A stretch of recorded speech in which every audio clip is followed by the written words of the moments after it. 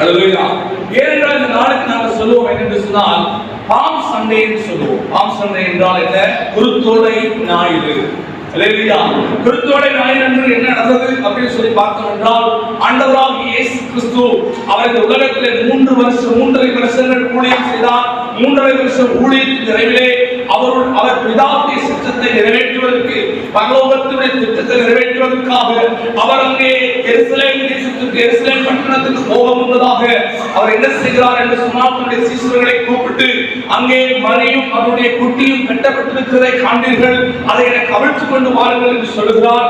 அவர்கள் என்ன செய்கிறார்கள்? கழுதையை அவிழ்த்துக் கொண்டு வந்து ஆண்டவராகிய இயேசுவிற்கு கொடுக்கும்போது அங்கே இருக்கும் மக்கள் அன்றைக்கு இயேசு ஒரு பிரபலமான ஊழியக்காரர். ஏன் பிரபலமான ஊழியக்காரர் என்று சொல்றேன் என்றால், இயேசு இந்த காரியத்துக்கு நடக்க முன்பு கொஞ்ச நாளைக்கு முன்புதான் இயேசு லாசருவை உயிரோடு எழுப்புகிறார்.